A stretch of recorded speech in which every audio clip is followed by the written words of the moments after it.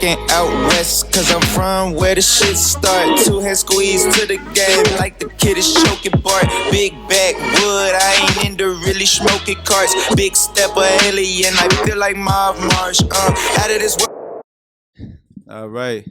Hey, man, welcome back to another episode of the Enigma podcast with one of your co-hosts, with one of your hosts, rather, Open Mike. And today I got my special guest, my dog, motherfucking leather exchanger, knuckle to lips type of guy. That real dude, professional Muay Thai, professional boxing, we was just talking about. I got him a little one in there.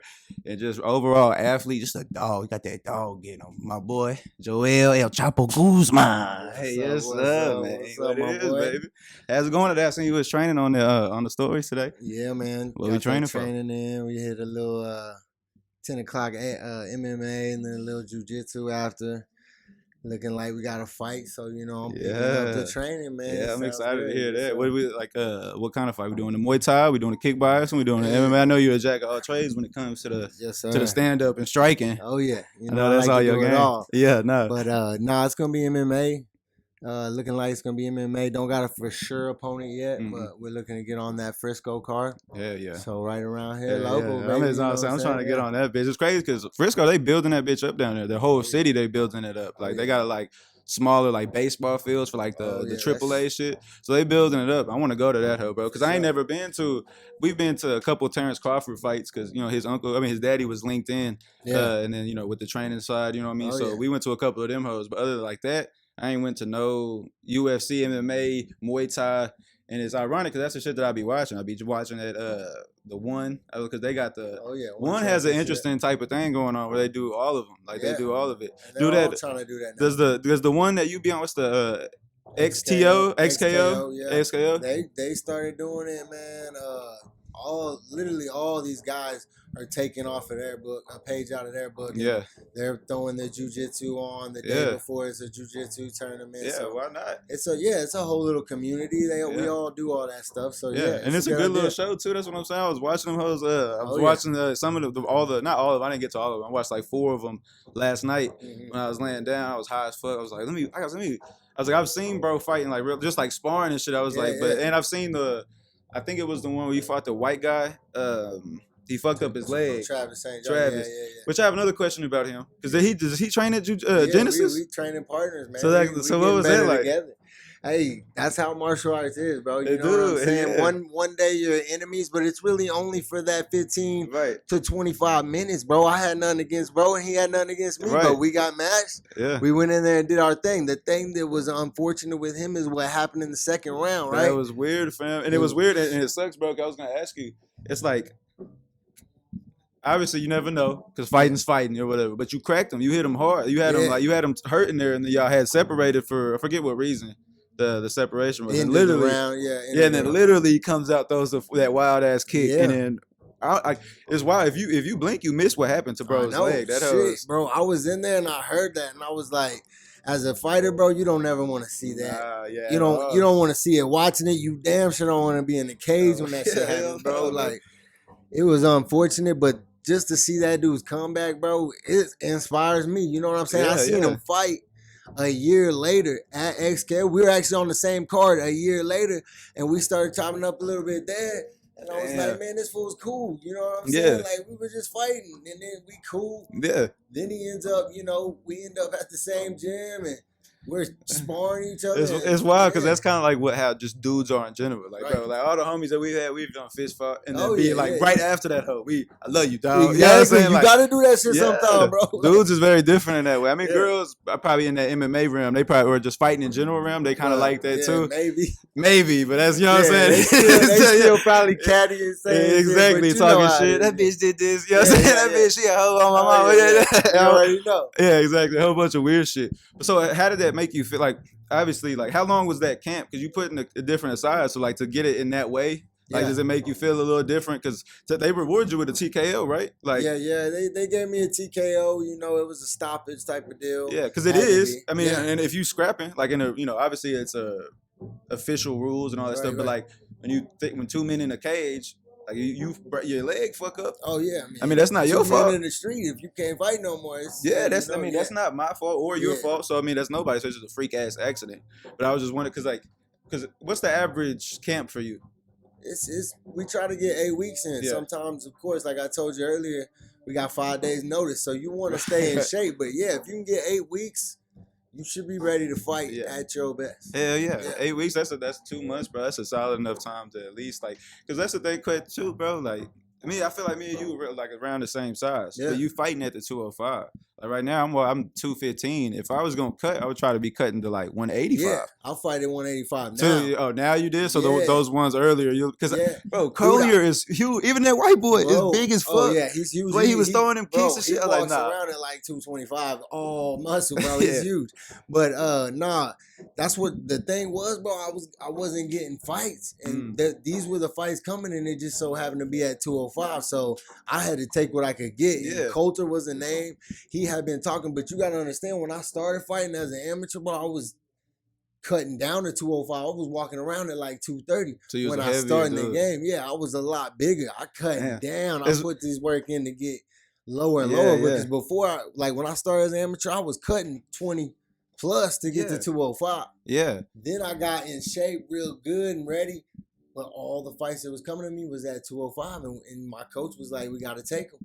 Yeah, I mean, fuck it. I mean, you definitely there's an advantage there. Like even like when you fought Cole, he definitely hit hard. There was that one you hit him in the side kick, and he came over with a right, and that was it was a big one. It was a big shot. But you were like so much quicker with the feints, the little feints, and then just the little taps, the scoring, the leg kicks, and then blitz in with a pop pop 1-2. Exactly. It was very like overwhelming for that size. Do you feel like it still translates? You still you still. At 185, you still got the speed or like that advantage with because the feints is take you to another level. I feel like it's sure. I mean, they use him. Israel Adesanya, he's king of feints. Yeah, he's 185 champ. I'm trying to get to 170. Honestly, I want to be bigger than these guys and still move because I spar with lightweights that say I move like a lightweight. At middleweight. So I'm still using my speed. That's the one thing I learned. You know, a lot of these guys been wrestling their whole life. They've been doing they've been doing jiu-jitsu, these type of grappling. I've been doing striking. Yeah. You know, boxing, kickboxing, Muay Thai for 10 years. Right. So it's footwork in all 3 of those forms. Yeah. It's footwork. Yeah, that's the key. Look at Mayweather, best boxer. Mm-hmm. Look at some of the Sanchi, some of the best Muay Thai guys. Their footwork's phenomenal. Yeah. They hit the angles, bang. Stupid. That's what I knew what I was gonna do with Rashad. Yeah. I actually seen Rashad win the belt for XKO like probably 3 years prior to that. Mm-hmm. I was an amateur, but when I seen that full fight, I said. Then 3 years, I said I could beat that fool. Yeah. I know I can. And it was nuts, bro. I was just telling him, I was like, bro, that Cole fought Tatu Ivasa. I know. You know what I'm saying? Tatu Ivasa is like 250, 245. Bro, I know. Cole didn't even come in on weight, and we didn't get to see the scale. They never sent us a picture. You know, that was during COVID, so we were single. They said he was 208 at the weigh-ins. You know what I'm saying? I walked in at 204, but like I said, bro, I was walking around it that way. This man, when we fought, was 225. I was still 210, baby. Yeah. You know bro, that's so much. It could be an advantage, but you kind of see even Zay. He said when we was watching, he's like, bro, look like he getting a little tired. The Kohler, he said he was like getting a little tired. Oh yeah, and it is. And he was beating up their lead legs too. Boy. See, that's the bro. He was looking at me. He knew. I knew if I kept fucking that leg up every time he threw that power shot, it wasn't gonna have the power it needed. Yeah, he did land one elbow coming through, but it didn't have the power because his legs. Yeah, take everything. Take them legs out. Yeah, make you understand that you a man. Like you are. Like it take you down. It's like, cause bro, everyone can only take so much of them bitches, bro. I don't give a fuck how bad of a motherfucker you is, bro. Like them hoes is terrible. I don't get it. And I always see the videos of bros training and conditioning these bitches, and I'm like, just even doing like this, I'm a pussy. I'm like, oh damn. I'm like, I could like hard, shin on shin. That's what's crazy. I don't know if y'all seen the fight in January. Had a Muay Thai fight for XKO, and I don't think I seen that. I think the latest one it said a year ago was the last one. I fought in January, and I won that one. Unanimous decision. We went 3-round Muay Thai banger. You can see that fool's throwing, and I'm checking them kicks, and he don't want to throw no more. And then I'm hitting him with all the nice little boxing. You know what I'm saying? Hitting those. And he was a traditional Muay Thai fighter, so he coming forward, he checking. You know what I'm saying? But I'm checking his shit and then boxing. And that's what's interesting about your styles, because like you say, you kind of take from every aspect of striking. Because like that's like why like they thought it was kickboxing, because like you're not, it's like what you said, you're not like marching down. Right. You light. You know what I'm saying? You have that flow to you that just that's what's different, bro. It's just being able to like mix them up. That's what like the style bender is crazy, because I always like mixing with MMA, mixing them all together. But when you mix all of the striking together, like that perfect balance, getting the angles from boxing and like being able to just rip to the body, like the combo where you 1-2 and then like step through and then be able to rip to the body. Right. It opens up the arsenal of like being able to attack. And it's beautiful. That's like good striking, bro. When you watch it. Same thing with good jiu-jitsu, good wrestling too. I mean, it's a beautiful thing. Yeah. Like good striking, because that's just like, how you grew up. It's these, you know what I'm saying? Mm-hmm. So when you see good like striking technique down to the thing. And also, I'm a fan. I fangirl out, because like I said, bro, I don't miss a Saturday with the UFC, man. I watch every UFC. I try to watch Bellator, but the ESPN that be bullshit sometimes. It be messing up and never lets me get on the fight. Yeah, it is hard sometimes with Bellator. Yeah, I'm like, okay, bro. So I try to watch the PFL and all that stuff, but I like there's so many leagues and like lower promotions around us, and I'm like, bro, why am I not in there? And my homie was fucking with me. He was like, because you're not really tapped in with this shit, bro. And I was like, I guess you're right, Ken, for real, because I haven't went to none of these. You know what I'm saying? Hey, all these guys that you seeing on the high profile fights, they started where we fighting right now on the local shows. You know, my boy Kevin Holland. Yeah, he started on that. I mean, he fought on XKO same way. He fought on Bellator, the smaller ones, got him to the UFC. So you got to check out these local guys and see, you know what I'm saying? Yeah, yeah. Like, and there's always time, like even what's his name? Is it Mark? The one that's being on the Contender Series next week. Next week. Malik. Boy Malik. Malik. Yes, Malik. And because like when I first went to Genesis, so Mark signed me up. He's the one. He was like, "Let's get you in. Come on." Because I just came out looking, but I was like, I'm just checking in, right? I'm just seeing whatever. He's like, "Nah, fuck that. Come on." Yeah. So he get me in. He signed me up, everything. So I get signed up, and then I come to a morning one, and I thought it was all no gi, because when I had went, it was just no gi that day. Yeah. So I was, I'm just, they're all no gi. So I come with nothing, and it's a gi day. And I'm like, shit, I don't got no gi. I don't have none of this shit. And then bro was just doing stand up on his own, and he was like, come on, bro, I got you. He took me back to the back room where they got all the gis at. He picked out 2 completely different tops and bottoms. Hell yeah. But that was I still got them in my closet today. I remember, I mean, bro probably does not remember me, but like I remember shit like that. And then so seeing him watch up, and then I watched him on the first Contender Series attempt, and seeing how good he was, like coming out the gates, just was beating bro up, beating that. Hard to deal with. Yeah, he's crazy. And then just that's what the game is, just so intricate. Obviously, I'm not fucking preaching to the choir. I don't even do it. You know what I'm saying? I'm just a huge fan. I've been watching it for so long. I see him, and I don't know if he like gassed out or whatever, but to see him being able to get another attempt at it. Oh yeah. And that's what's dope about it. Like you could keep getting those attempts, bro. Yeah, with fighting, bro, you'll learn. With martial arts, period, you'll learn you're gonna take losses. Shit's gonna happen. And guess what? It doesn't matter what happened in those losses. It matters how you come back from that. Yeah, because it make you better, bro. Yeah. And MMA is more like that. And more time on shit boxing, like growing, because I always watched the UFC, but it was like Mayweather was so big, so that was always it. Of course, boxing. So like watch about it. So the O was the biggest thing.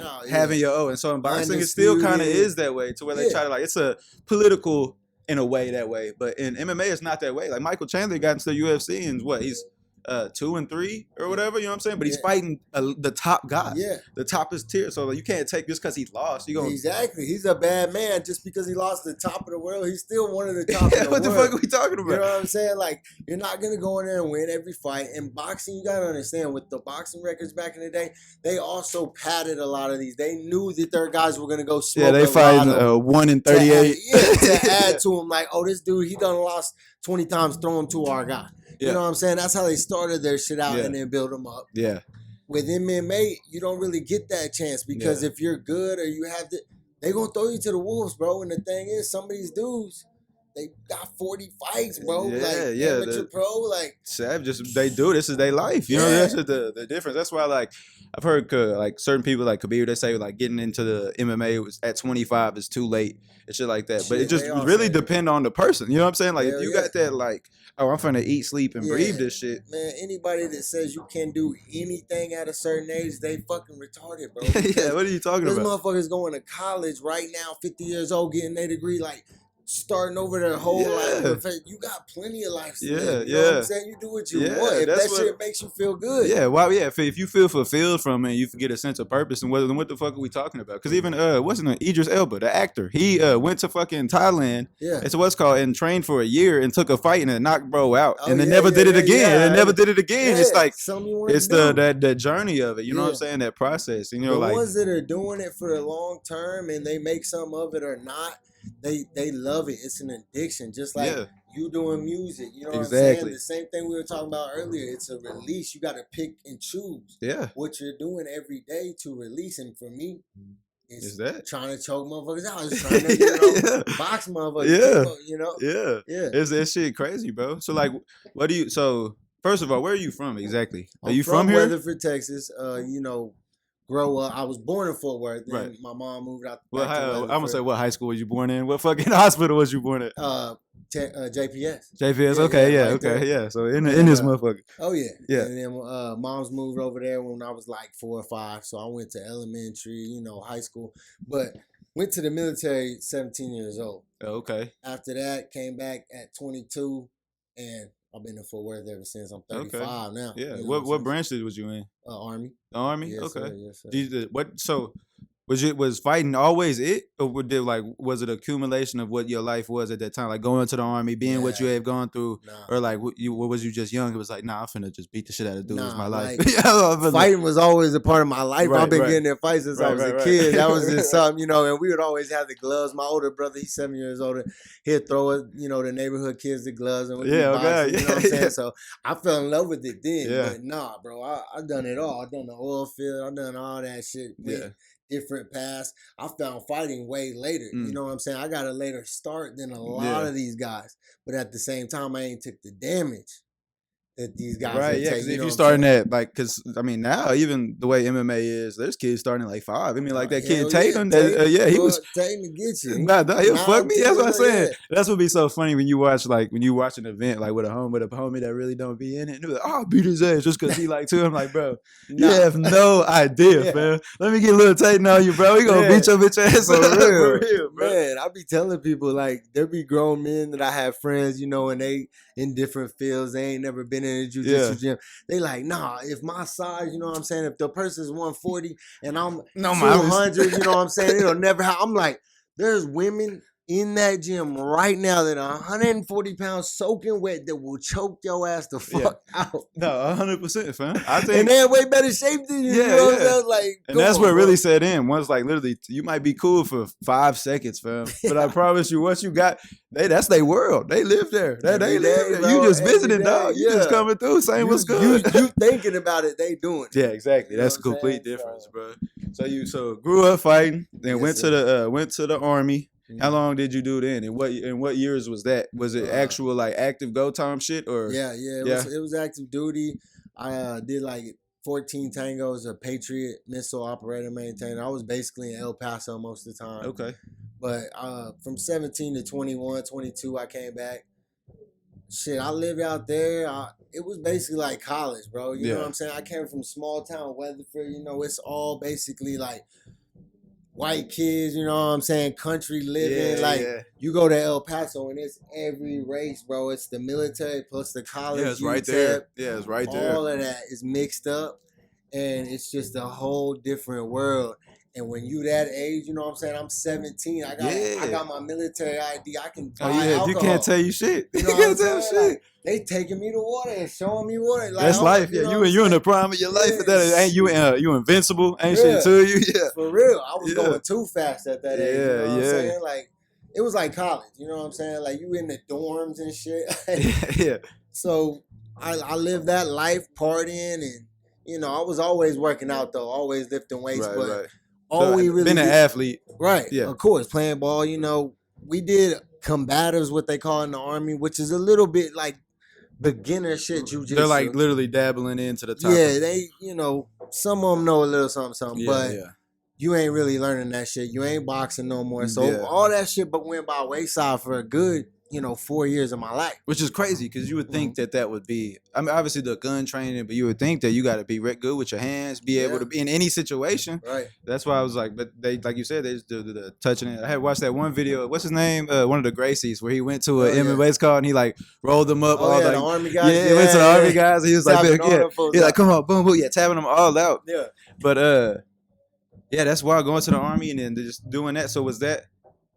So you came home. You said you was 22 when you come home. 22 when you come home, and then you come back to the funk. So what was it that caught? Obviously, like you said, you've been fighting for your whole life, just what it is. What clicked and what changed for you to be like, I'm like, nah, this is my life. I'm gonna do this until I'm gone. My homie, you might know him, James Vick. Yeah. So we grew up together. We did all that. We was getting in street fights, all that. Yeah. I seen what he was doing. At that time he was getting on the Ultimate Fighter. Yeah. What was it? Season 15 or 16? Something like that. Early one. Yeah. Very early. And I seen him and I knew him well, and he was at some different gyms. Told me to come to Lamb. You've been there before, yeah. And so, man, I went in there and shit, bro, like fell in love. You know what I'm saying? Like at first, I actually went to his boxing gym. That's where I first got introduced. James took me before Lamb. Actually, it was called Harry's Boxing Gym over on the southwest side of Fort Worth. Okay. Over there, like McCart area and shit. Yeah. And they took me over there, and I started boxing first, training me and my homeboy Fred. And I fell in love with that shit. Started sparring. I mean, at first they wouldn't even let me spar. You know what I'm saying? They like jump rope. You know what I'm saying? Hit the bags and shit. Yeah. But eventually I got to spar. You know what I'm saying? And I was like, "This is my shit, bro." Yeah, this is my shit. What is it the then and there in that moment? Yeah. What about it was it? Was it like the just being able to let something that's out of just kind of like be, like kind of go be, or was it more of like, nah, let me get out this anger, or just like something to do? Like, what else I got? What else do I got? It might have been something to do at the time, but like I said, once I started like really getting into sparring, it, there was just like a addiction, bro. It was like something that released in your head, like I gotta do it. Because you do kind of get paid in a way. Yeah. Through the sparring, because like I've done like hella boxing training with his ass, but I never did this. Like I was a weenie for all I grew up crippled my whole, like I had bone disease, all that bullshit. So every time I would go train, would do the work, and then they would try to throw me in there with them. I'm like, I've done it, I go in there, but I just never liked it because I felt like obviously he way better than this what he do. Yeah, I hoop, you know what I'm saying? And then I'm fucking fucked up, so I come in. Right. So it was a different thing. So and then well, yeah, you ain't supposed to be going in there getting beat up all the time. If I was going in there getting beat up all the time, I wouldn't have liked it either. No, yeah, exactly. I went with certain people. And I mean, don't get it wrong. I got beat up. No, yeah, you got to get beat up for sure. Just I was in like that's why I said my daddy and his uncle, like from a young age, like what you was talking about. Yeah, he was doing boxing the whole time. I'm crippled, and as soon as I would be able to walk, they'd throw us. Come on, y'all little niggas fight, put your gloves on. Yeah. You're like, nah, fuck this, fight. Yeah, so you can't hit me hooping. He hit me. I'm like, I just want to play basketball. You want to do this shit? Hey, so it changed it, but that's kind of like so. As I got older, I started doing.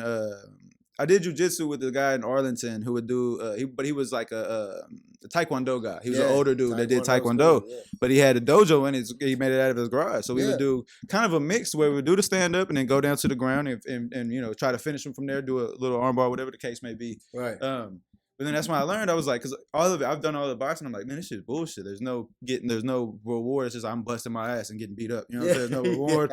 There's no reward for it. Like but then when you get to the point to where you actually got the tools to do something back. So when you spar, you start landing, pop, pop. You know what I'm saying? You start, letting some shit off. You're like, okay. That's what I'm saying. When you get paid, that starts to boost your confidence. Yes. It might take a couple months of getting your ass beat the fuck up. Oh yeah. And it's tough. That's anything in life, right? It's with anything, fam. Even hooping. Yeah. When you went to the park, they balls your ass up. You got your ankles crossed a few times. Yeah. And then you started doing it. Exactly, bro. Yeah. But I just the combat part. That's real life of that. In the to the point where it's yourself. Yes. So like getting like I can understand like doing the sparring and especially getting to the point where you're good and being like, oh yeah, I'm finna do this shit. Like you start saying it and then it just gets creative from there. You know what I'm saying? Like, especially because you've been doing it for 10 years now, like you said, man, it's like, this is where shit get fun. You get into the, you know what I mean? Obviously, you're still learning. Obviously, you're still learning. You're never going to stop.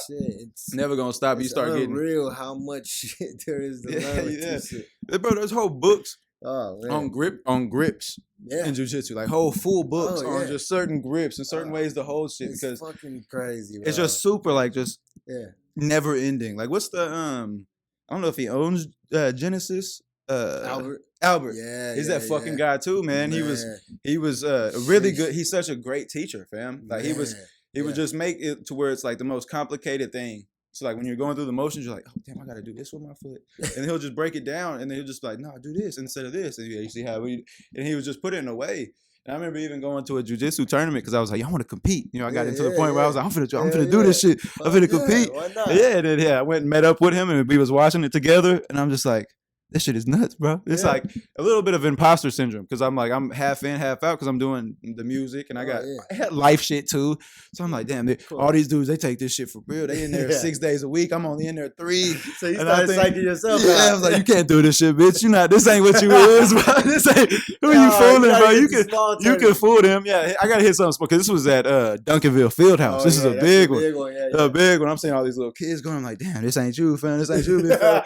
Let me just take a step back and figure it out, and but now and then I don't know if I ever compete in it, but I'm definitely gonna get back into because it is a life thing. I always say like in life, life's like, bro. The only thing I could for sure like pass on to my kids is like being able to create, learn how to like the love of like mixed martial arts and how to create, like how to defend yourself, boxing, all of it, like the pure love of it, and fucking and just how to fucking love life. You know what I'm saying? Like enjoy life. Party when you need to, be sad when you need to, do all that other shit. And that's the reality of what it is. So I can't not ever be in it. And so when I have a kid, by the time they get 5, I have to be somewhere purple belt or something. I can't put them through jiu-jitsu and me not have the accommodations to, you know what I mean? To like, you need to learn it too. So you can tell them you by need the book, like the belt, go through the belt system, not just, you know what I'm saying? Like I want to get all those because like you have the knowledge, like all the years I've been, 10 years I've been doing it on and off. I still have accumulated some knowledge of that, you know what I'm saying? But I've never went through the schooling system. Like you got to do that. Like that's the steps. Now, bro. I've done 10 years of striking, full on striking. I'm going through the jiu-jitsu belt system because even when I was doing jiu-jitsu a lot, it was no gi.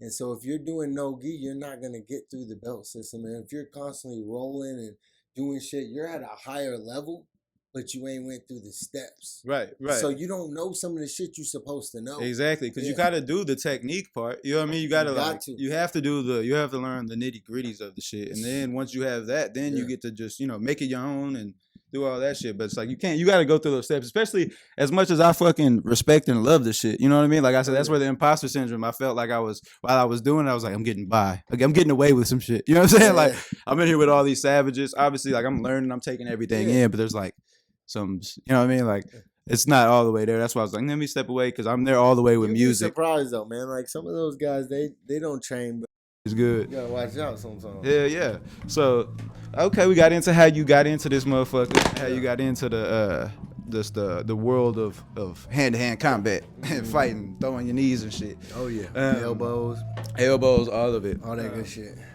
So it leads to now. So you said you got something coming up in October? Yeah, man, we're trying to get on that P card, Frisco. My boy Chris Vereen, I think he's the main event. Yeah. You know what I'm saying? And shit, that card's gonna be a banger. There's a lot of badass fighters on there.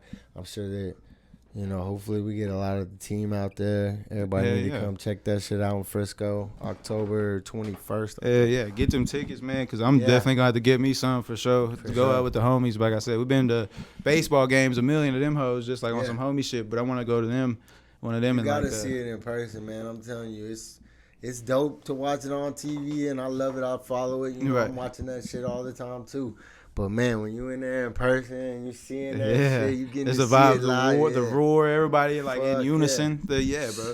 So whenever, especially when you know somebody, you know what I'm saying? And you start feeling it. Like, you start feeling like you about to fight. Yeah, so speaking of that, how does that feel? Like, whenever you in the back and shit, you got like, oh, man.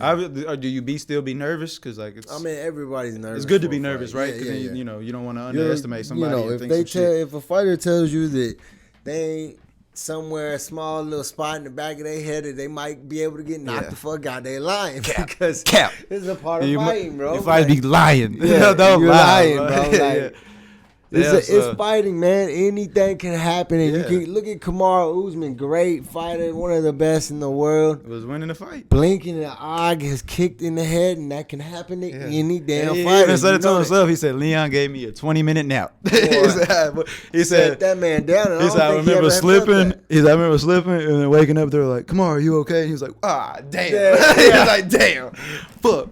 He got my bitch ass, and it's the thing. Like he was winning the whole fight, bro, and then they could just change, and you know, you never know what goes into it, and then like if underestimating or whatever the case may be, like when you winning a fight like that, like I said, I don't know. So if you winning the whole 25-minute fight for 23 minutes of that, you winning that bitch. And then you kind of think you like the right thing. There's I ain't finna, you know what I'm saying? That's rough, bro. And it's gone. That's rough. So how much of so right now you in camp? What's the diet like? What's the Man, I've done a lot of different diets. Right now I'm on my fruits. I like to keep high fruits.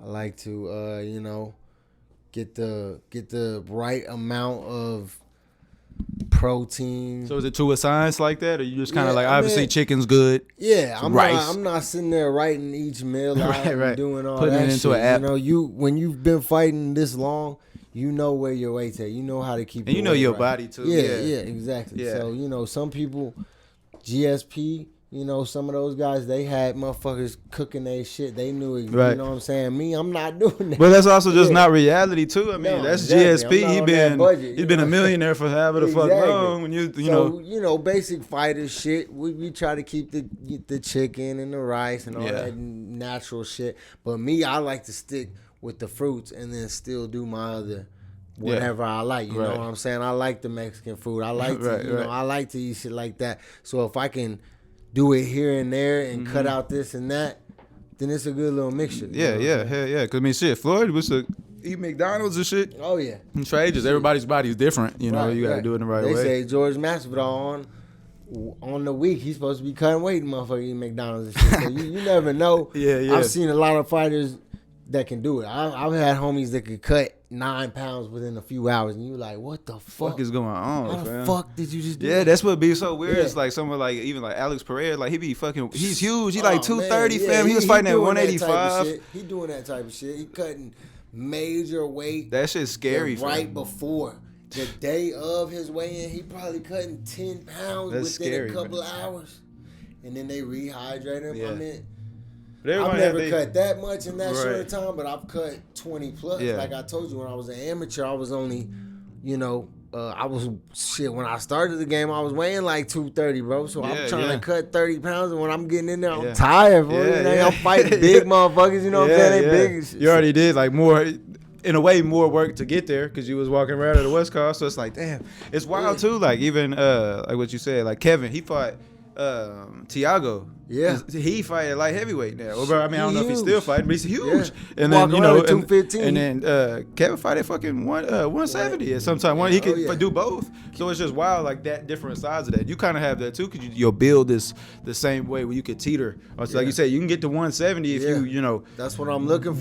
Beat the 170. I want to be the big guy finally. You know, I fought a lot of big dudes in my career. Right. I want to have like that power event, and that's what's dope too, bro. Is like going up like that. Because who did that? Cannoneer. He's like went from heavyweight and down. Yeah. And there's a lot of guys that once they get in that martial arts, they start at a bigger weight. Of course, they out of shape.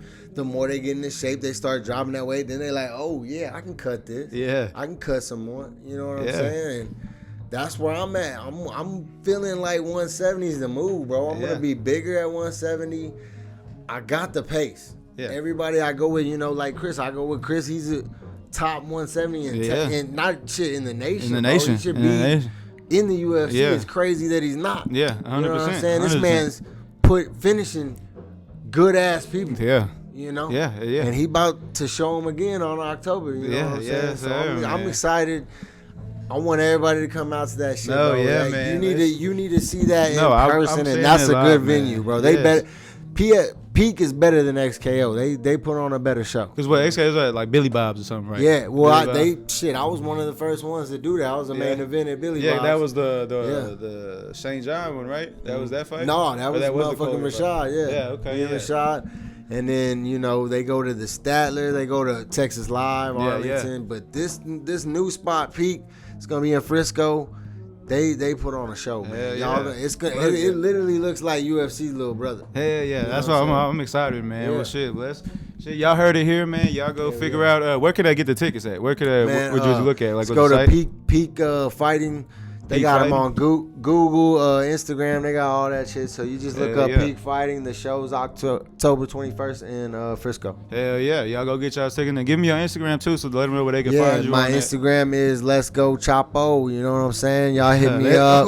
Send me that follow request. I'll send y'all back.